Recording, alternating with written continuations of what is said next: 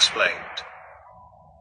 From July 1st to August 30th of this year, 550,000 houses were visited, 12,900 suspects arrested, 800 search warrants implemented, 895 suspects killed, and 626,000 drug users and pushers surrendered. This means that 97.8% surrendered, 2% arrested, and only 0.14% killed. What about the accusation of extrajudicial killings? Did Duterte condone extrajudicial killings? This has been shown to be not true.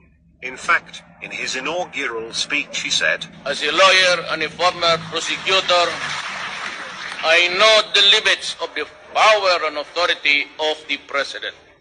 I know what is legal and what is not. My adherence to due process and the rule of law is uncompromising."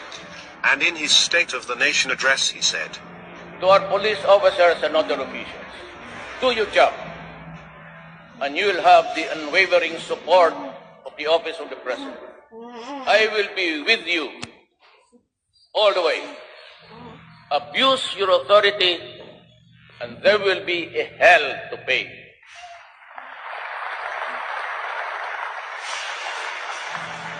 For you will have become worse than criminality itself. I order the National Police Commission to hasten the conduct of investigation and adjudication of administrative cases against police officers involved in criminal activity and illegal activity, and prescribe policies on lifestyle checks for PNP members. What about his shoot-to-kill orders? This is what he actually said. I repeat again for all everybody's consumption. Do not kill if you are not in danger of losing your life.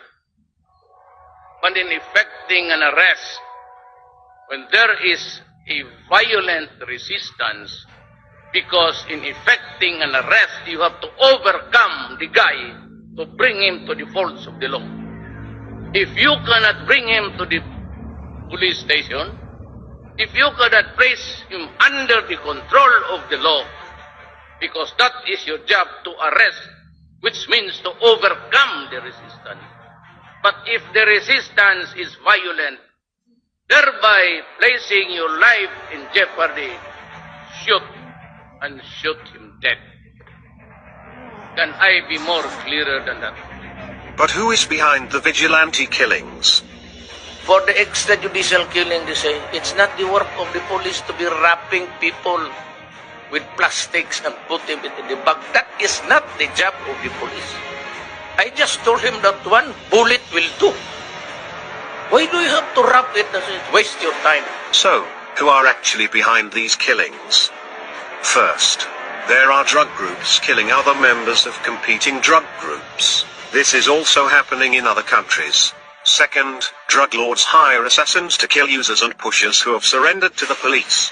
This is to silence them and prevent them from exposing the drug lords. There are also other deaths unrelated to the war on drugs, which are blamed on Duterte. The opposition who controls most of the local media blame these deaths to Duterte to make him appear as a mass murderer. Pero yung pinatay na hindi natin na binalot ng mga sako, binalot na plastic, the police, I assure you, will not waste their time on that. So kung pati ba naman yan, isali ninyo, wala akong kamuang-muang, pakisali na lang po sa namatay ng lahat dyan sa punerarya, pati yung may mga cancer, isali na lang ninyo. May mga diabetes, may mga... Kasi yung lahat na nakita ninyong patay, binibilang ninyo sa akin. Baka yung gusto ninyo, yung taga-Davao dito, magbilang ako sa punerarya, lahat ng patay. Bakit lang yan ang binabalot ng mga sako? Because the accusation itself is very stupid.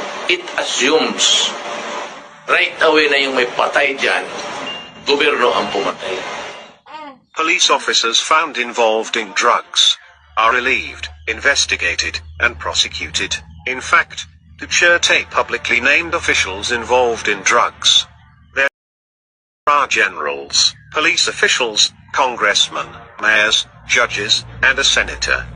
Drug lords and public officials involved in drugs are now trying to bring the fight in the international arena due to the fact that 91% of the Filipinos support Duterte.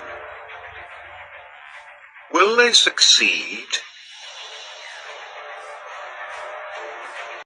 Duterte's